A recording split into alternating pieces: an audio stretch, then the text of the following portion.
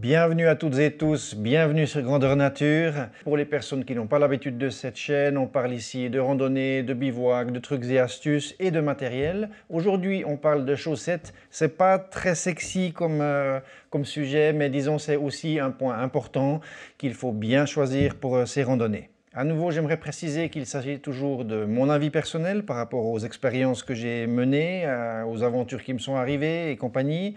Ça veut dire que ça ne reflète pas forcément la vérité, c'est simplement mon point de vue. Ce que j'aimerais ici, c'est pouvoir vous présenter un petit peu différents types de chaussettes, différents types de matériaux, de formes, etc.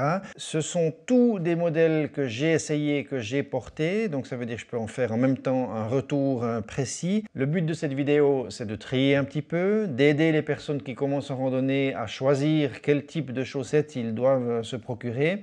C'est pas toujours évident parce qu'il y a énormément de marques, de possibilités, de types et compagnie. Et puis c'est vrai que si on va se renseigner dans un magasin, il n'y a pas un magasin qui vous dira vraiment la même chose. Ils ont tous leur marque de référence et ils veulent vendre aussi. Donc je vous propose mon retour personnel, passionné de randonnée, mais aussi avec des utilisations assez intenses, poussées, donc du matériel qui est mis à rude épreuve. En tout premier lieu, le choix des chaussettes va être déterminé par leur utilisation, ça veut dire la catégorie ou le type d'activité que vous allez faire. Outre la saison qui va déterminer, disons, l'épaisseur du tissu, le choix du matériel et compagnie, on a aussi les hauteurs qui vont changer, les rembourrages, donc c'est assez compliqué, disons, de trouver le bon équilibre. Le but toujours, c'est d'être bien protégé, parce que la chaussette, elle est déjà une protection du pied par rapport au frottement, ça c'est la première chose. Ensuite, elle est une isolation dans les deux sens, ça veut dire qu'elle peut vous aider à vous réchauffer, mais elle est aussi là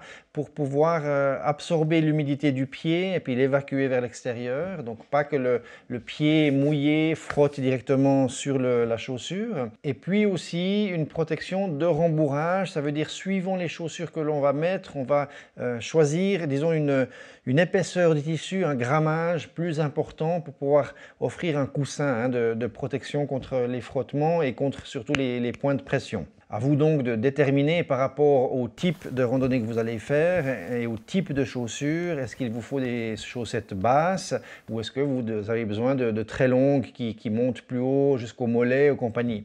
Ces chaussettes ici, je les ai classées selon leur degré d'épaisseur, donc de la plus fine ici vers la plus épaisse, et aussi selon leur hauteur. Certaines personnes aiment randonner avec des chaussures basses et des chaussettes hautes. On ne va pas tout mélanger, disons que globalement, en général, on adapte la hauteur de la chaussette à la hauteur de la chaussure. Je randonne par exemple principalement en chaussures basses pour, disons, les trois quarts de l'année, donc je prends des chaussettes basses. Par contre, je n'aime pas personnellement les chaussettes no-show, qu'on ne voit pas du tout, où la chaussure va même être un petit peu plus haute que la chaussette elle-même. Moi, j'aime bien être quand même bien protégé par rapport aux frictions, donc elle dépasse toujours un petit peu, ma chaussette, une certaine marge, disons, pour éviter les frottements. Ensuite, dans ces choix-là, une fois qu'on a vu la taille et l'utilisation, on va avoir le matériel. On va distinguer trois catégories principales de matériaux utilisés pour construire ces chaussettes.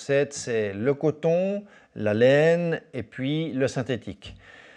Le coton, c'est le plus classique, c'est vraiment la chaussette de tous les jours que l'on porte à la maison, en randonnée à la journée, disons, on le rencontre quand même pas mal. Je connais par contre peu de randonneurs moyenne ou longue durée qui utilisent le coton pour des raisons d'abrasion, ça peut être un petit peu plus abrasif une fois qu'il est mouillé, pour des raisons de séchage, ça met plus longtemps à sécher que les autres matériaux, et pour des raisons d'odeur aussi.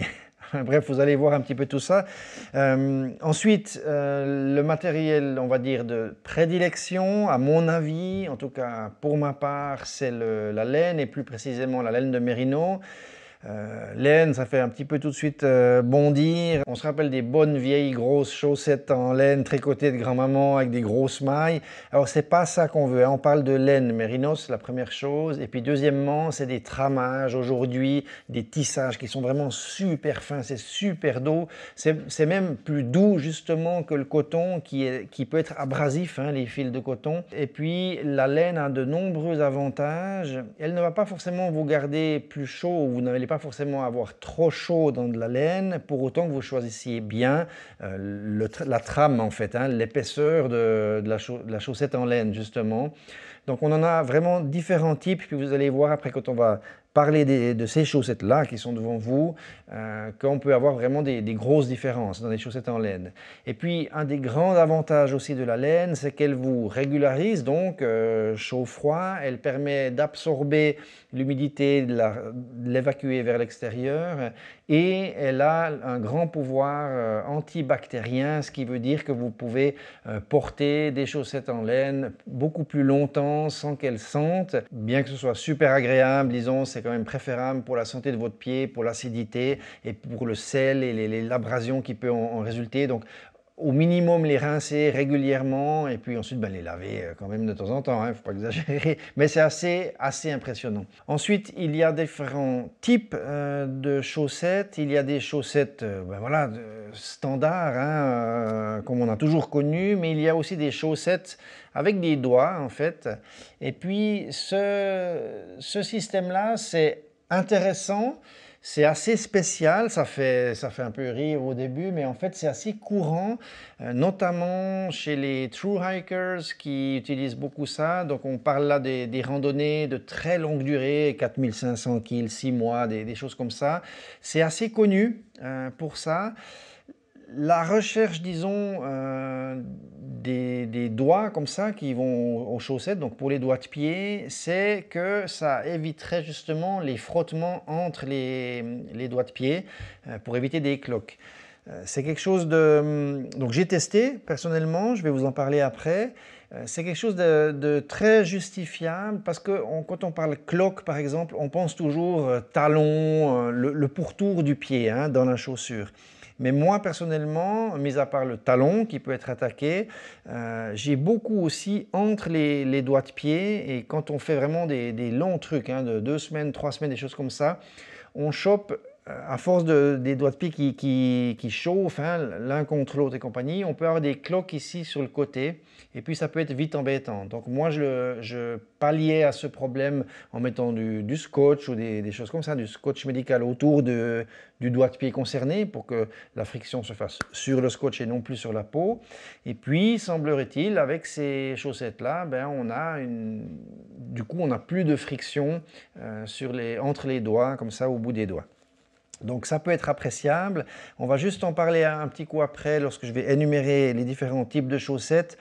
Pour moi, ça n'a pas marché. C'est pas le top, mais je vous expliquerai pourquoi. Et ensuite, on a encore un autre type, c'est la différenciation entre la chaussette et le liner. La liner, c'est un anglicisme. Le liner, on va dire que c'est une première couche ultra fine qui est créée à la base pour être mise sous une chaussette ou un mini gant super fin pour ajouter un autre gant plus grand. Les liners, il y en a différents types. J'en ai ici en synthétique, j'en ai en laine. Il y en a des extrêmement fins et des moins fins. Le but de ces liners pour les chaussettes, il peut être double. Moi, j'en utilise certains, même tous les jours. Je mets des liners. Ça va revenir en fait à une chaussette en laine mérinos très très fine. Voilà, pour tous les jours, pas forcément que pour la rando, donc j'utilise ça. Ou alors, on peut les mettre donc sous une autre chaussette et ce qui va se passer, c'est que c'est le liner en premier qui va prendre les frictions. Ça veut dire qu'au lieu d'avoir directement la paroi de la chaussure qui va venir frotter sur votre chaussette et donc réchauffer, faire des hotspots comme on appelle ça, donc des points de friction chauds qui vont vous rendre le pied rouge et puis commencer gentiment à aller vers la cloque par exemple, et du coup on a une friction qui se crée supplémentaire entre les deux chaussettes. Donc vous avez le pied, le liner, votre chaussette et la chaussure et le tout fait que ça bouge plus facilement, ça peut glisser entre les parois plus facilement, donc réduire les impacts de chauffe et de points douloureux. C'est quelque chose qui marche, ça marche. Le problème, c'est d'arriver à trouver une bonne régularisation de la chaleur et pas avoir trop chaud dans ces cas-là. On va en parler maintenant, vu que je vais vous présenter mes liners et chaussettes que j'ai testées jusqu'à présent. Pour commencer, on a ici de chez Rhoner un liner dont on vient de parler, qui est en synthétique, donc c'est du nylon. Donc ça, c'est vraiment très très fin. On va apparenter ça carrément à un bas de nylon. Et en fait, c'est exactement ça. Simple, hein, rien de spécial, comme des chaussettes basses pour les dames. Voilà, donc les nylons. Les bas nylons, c'est quelque chose qui est connu à l'époque, il y a un bon moment, pour peut-être nos parents à l'armée et compagnie. À l'époque, on avait des grosses chaussettes costauds en laine, dans des grosses godasses en cuir qu'il fallait former. Et puis ça pouvait être un enfer avec les cloques. Et c'était connu, les gaillards piquaient les bas en nylon coupés pour faire un liner justement qu'ils mettaient sous la chaussette. L'avantage de ça, si on veut, ça colle à la peau, donc c'est assez stretch, hein, ça va coller à la peau, ça va faire comme une seconde peau. Le nylon, ça glisse super fort sur la laine, par exemple, suivante de la chaussette, qui est plus épaisse. Et puis, ça va vraiment bien glisser et surtout, je veux dire, la transpiration, elle sort direct, hein, elle part plus loin, et puis c'est vraiment très très efficace pour éviter la friction. Ça marche bien. Moi, ça m'arrive, disons, du coup c'est tellement léger, ça fait 3 grammes ou 4 grammes, je crois, un truc comme ça, hein, une paire. C'est vraiment super light. Donc c'est un truc qu'on peut ajouter, et puis qui peut aider sans forcément prendre un liner plus gros, quelque chose qui serait beaucoup plus chaud, des choses comme ça. On a par exemple 2 paires de chaussettes, hein, une qu'on utilise, une en rechange qui est pour la nuit, et puis on a juste ça, et c'est vrai que souvent je le mets dans mon sac. Si par exemple j'ai une paire de chaussures que je suis en train de former, qui n'est pas encore tout à fait faite à mon pied, c'est quelque chose que j'ajoute dans mon sac. Comme ça, si jamais je vois que ouh, là, ça commence à chauffer, etc., je peux mettre ce liner là, ça va m'aider, ça va me protéger. Donc voilà, ça peut être quelque chose de sympa, une solution de secours aussi, sans forcément porter tout le temps. Parce que c'est en nylon, du coup, c'est vrai que sur la longue durée, c'est pas génial, tout ce qui est odeur et compagnie, mais disons que ça peut dépanner. Je vous mettrai d'ailleurs en bas dans la description de la vidéo les liens vers les chaussettes pour voir un peu où vous pouvez vous fournir et puis voir les références, prix, appellation, nom et compagnie. On a ensuite ici un autre liner toujours en mérino cette fois de chez Smartwool. C'est le Smartwool Light Hiker Liner, un truc comme ça. Donc, on est là sur du crew, comme ils appellent. Donc, ça veut dire qu'on a la cheville et c'est un petit peu plus haut. C'est quelque chose de très très fin, très doux. Si on l'utilise en liner, du coup, ça va quand même ajouter une bonne petite couche. Je dirais que ça correspond à quoi? Du 200 grammes mètre carré, 160 grammes mètre carré à peu près, hein, si je compare à un t-shirt en mérino par exemple. Elles sont très solides, en tout cas celles-là, parce que ça fait des années que je les porte à pieds nus, enfin en chaussettes chez moi et compagnie, et puis elles résistent bien, donc elles sont agréables. Le seul point dommage, c'est que Smartwool ne les fait pas en basse, en fait, celles-là, c'est un peu embêtant, parce que je les trouve chouettes. Elles n'ont rien de spécial, pas de rembourrage, c'est sur tout le tube la même épaisseur de paroi. Ensuite ici on a 3 en fait en tout chaussettes donc à doigts. Une marque qui est très très connue pour leurs chaussettes à doigts, c'est Injinji. Ils font un excellent produit. On a ici des Injinji, blablabla, Hiker, je vous mettrai tous ces noms, hein. Ils vont soit apparaître, soit être dans la liste en bas, mais sinon c'est quelque chose de très fin. Je pourrais comparer le grammage de ces chaussettes mérino à doigts au liner que je viens de vous présenter avant de chez Smartwool, dans le sens où c'est quelque chose d'assez fin et de très agréable. Maintenant, pour parler de l'utilisation elle-même, j'ai voulu tester ces chaussettes à doigts, je les ai portées, j'ai fait des essais. C'est assez bizarre au début parce que vous allez mettre quelque chose entre chaque doigt de pied. Donc au début on est un peu déconcerté parce qu'on a quelque chose entre chaque doigt de pied, on a envie de l'enlever. ça dérange, il y a un truc qui joue pas en fait. Ça c'est le cerveau qui comprend pas parce que il n'y a plus cette sensation des doigts de pied l'un contre l'autre. C'est une première chose, mais il y a un impact important dont il faut vraiment parler, avoir connaissance, c'est que entre chaque doigt de pied, il y a une première paroi et une deuxième, donc vous allez avoir 2 épaisseurs de tissu. Ce qui veut dire que ça va forcément vous écarter les doigts de pied. Et ça, c'est très important à savoir parce que suivant les chaussures, vous allez avoir beaucoup trop de friction. Si vous avez des chaussures qui sont justes, disons relativement étroites et que vous avez un pied standard, mais que déjà, bon, ben voilà, vous n'avez pas non plus super de la place pour les doigts de pied, et que vous mettez ces chaussettes-là, ça va donc pousser, écarter vos doigts de pied, vous risquez de frotter sur l'extérieur, en tout cas, sur les 2 doigts de pied qui sont contre les parois, et avoir en fait le contraire du but recherché, c'est-à-dire plus de frottement que si vous n'aviez pas ces chaussettes-là. Donc je dirais que c'est des chaussettes, les chaussettes à doigts, qui sont réservées à des personnes qui utilisent un chausson qui est large. Ça veut dire qu'il vous faut de la marge. Personnellement, je ne m'y suis pas trop fait, j'ai pas trop croché. J'avais l'impression en fait que au final, ça créait au niveau, à la base ici des doigts, pas tellement sur le bout. Sur le bout ça allait bien, ça les protégeait entre les doigts de pied, mais à la base d'écartement des doigts, donc ici si on veut, ça créait un peu des frottements. J'aimais pas avoir ce tissu là entre les doigts de pied. Voilà, j'ai pas trouvé ça super. Pour votre information, pour éviter la chauffe, moi je fais maintenant différemment. Je mets des crèmes à base. Avant je mettais de la vaseline, mais la vaseline c'est pas très bien, c'est à base de pétrole et puis du coup c'est pas respirant, c'est pas top. Par contre il y a des crèmes hydratantes et qui ont une forte proportion de cire d'abeille et ça c'est très bien à mettre parce que vous les mettez, voilà, il y a la noc etc. Mais dans la noc c'est plein de chimie et de chenilles aussi, donc je ne recommande pas la crème noc que tout le monde recommande. J'en ai même fait moi-même avec simplement un peu d'huile d'olive, un peu comment dire, de cire d'abeille, des mélanges comme ça, un peu de beurre de karité, toute une là, puis il n'y a pas besoin de beaucoup, mais c'est juste mettre entre les doigts de pied, puis du coup, bon, ça fait bizarre au début, on a l'impression qu'on transpire tout de suite des pieds, mais ça évite les frottements, puis de temps en temps, on peut en remettre. Voilà, c'est comme ça que maintenant je fais. Ou alors si vraiment j'ai un frottement, je mets un tout petit peu de sparadrap très fin, couleur peau, qui est vraiment tout fin. Je ne sais pas si vous voyez lequel.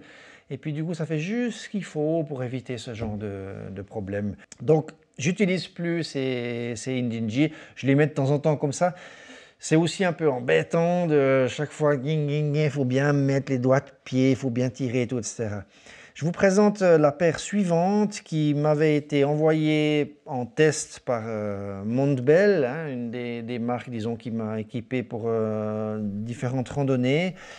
Je ne les recommande pas, celle-là. Il y a 2 raisons. Disons, en tout cas pour moi, c'est pas allé du tout. Je pense qu'elles sont mal conçues, en tout cas elles ne conviennent pas à mon pied, ça c'est sûr. Il y avait des différences, le doigt, en fait ce qui se passait c'est que ici c'était trop court entre les doigts, ce qui veut dire que j'arrivais pas à avoir la chaussette qui venait bien jusqu'en bas, hein, jusqu'au fond, et ça c'était pire que tout, parce que ça veut dire que j'avais le V qui était trop haut ici, et puis qui venait frotter au premier tiers, on va dire, du doigt. Donc bref, ça jouait pas.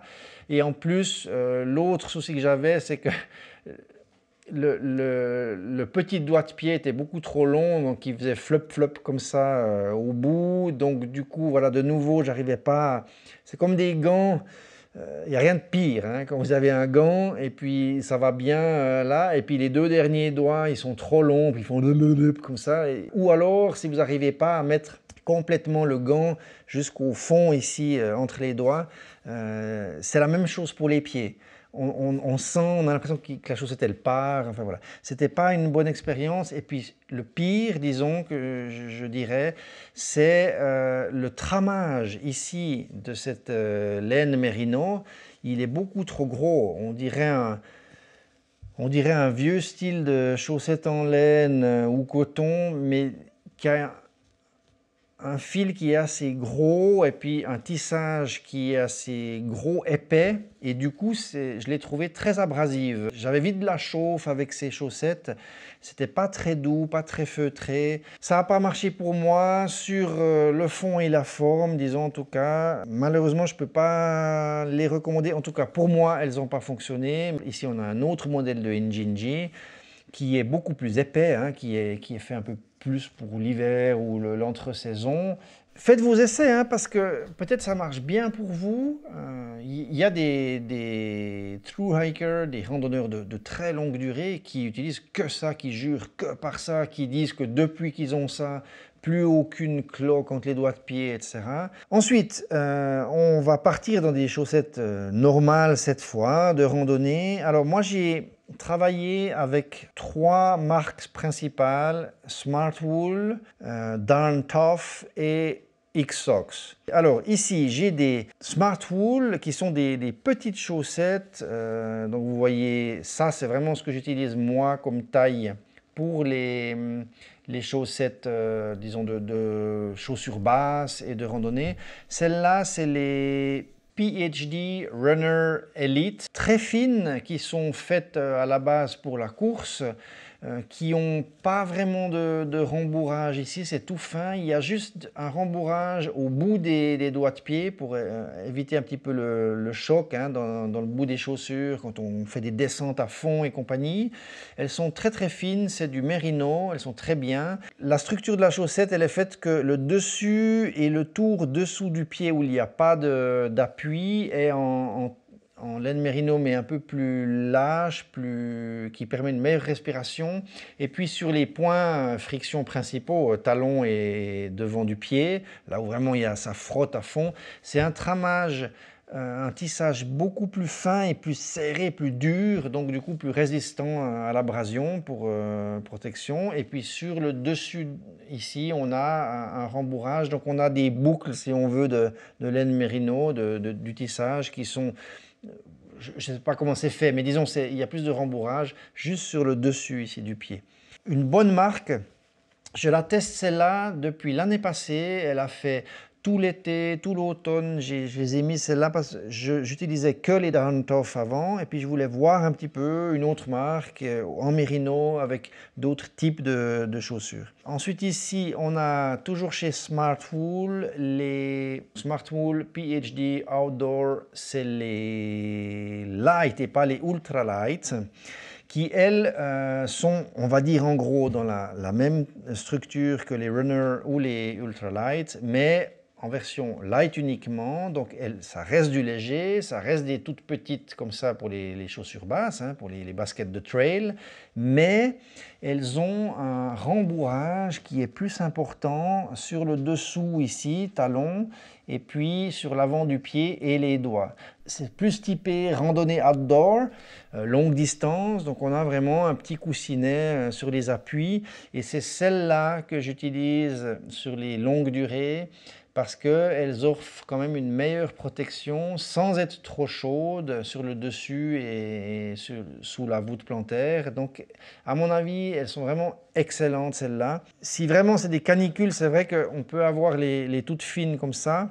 Par contre, les toutes fines sur de la longue distance, elles offrent vraiment très peu de protection à la friction, hein. Donc si vous prenez des ultra fines comme ça, sans aucun rembourrage, ça veut dire que vous êtes par exemple dans des baskets de trail qui vraiment vous vont tip-top parce qu'elles sont soft, c'est comme des pantoufles, et puis que vous avez une semelle, peut-être une semelle ergonomique, vous avez, ou même orthopédique que vous avez mis dedans, enfin vous êtes vraiment... C'est tip top, du coup vous pouvez aller avec quelque chose de super fin, parce qu'en été c'est vrai que c'est super, parce que c'est peu chaud, et puis en plus vous avez un soulier qui est hyper aéré en mèche et compagnie, comme les trails, donc c'est l'idéal. Par contre, quand vous avez une chaussure un petit peu plus costaud, compagnie, qui peut avoir un peu plus de friction, qui est moins souple et compagnie, c'est vrai que un peu de rembourrage peut quand même aider à bien se protéger. Toujours chez Smartwool, il s'agit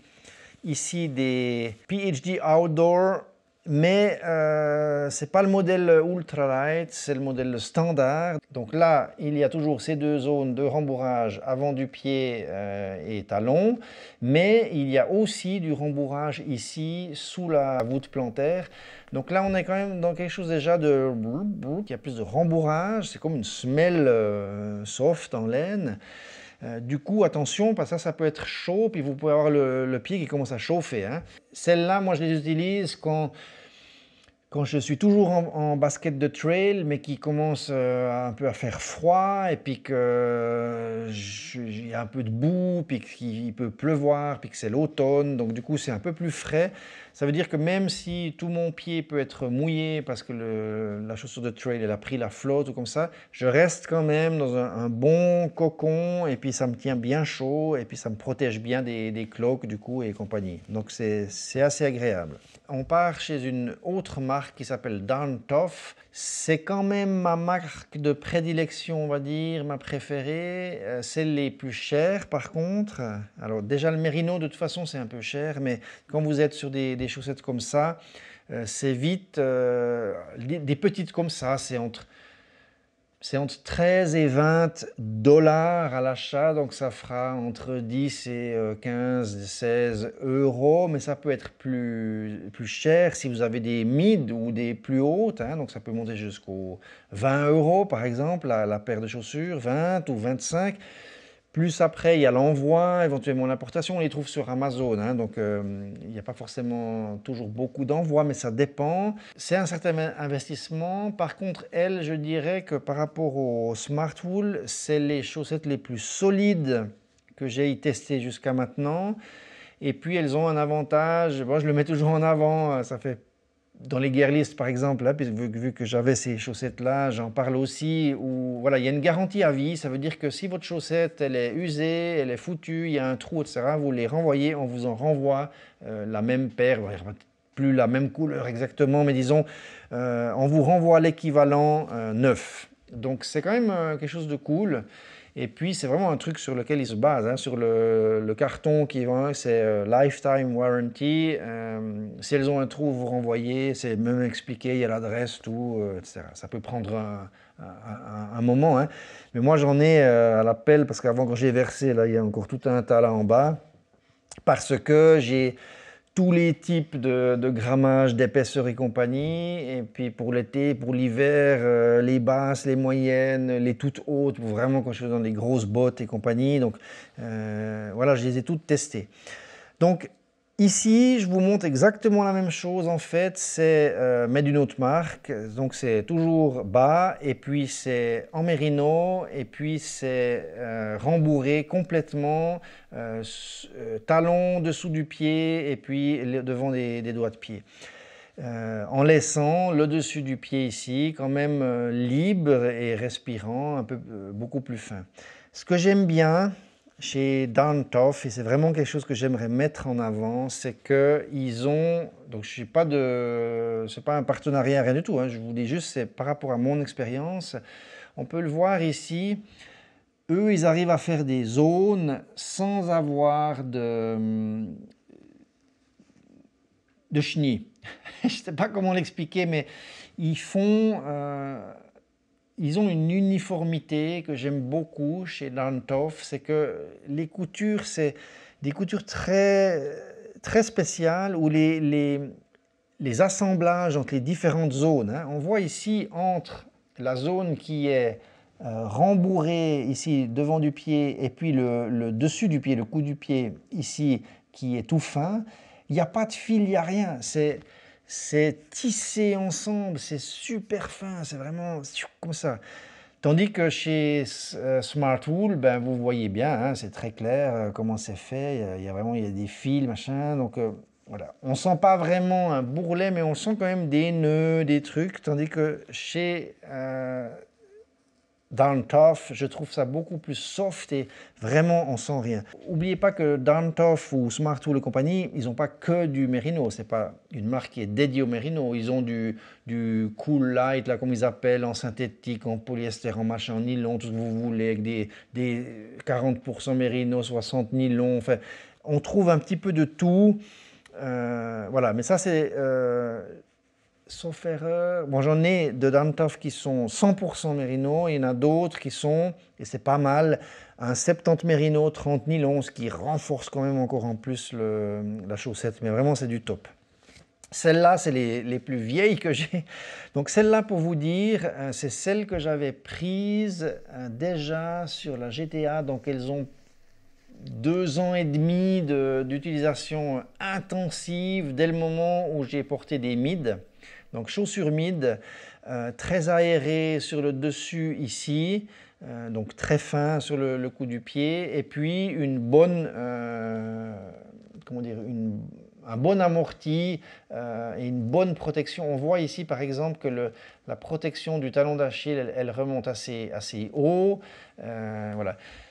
Là, on peut voir l'état dans lequel est la chaussette après quasi, allez, 2 ans et demi d'utilisation, mais méchant, hein, parce que là, je les ai portés sur... ouais, j'ai bien fait, je pense, 1000 kills en tout avec ces 1000 km avec ces chaussettes-là.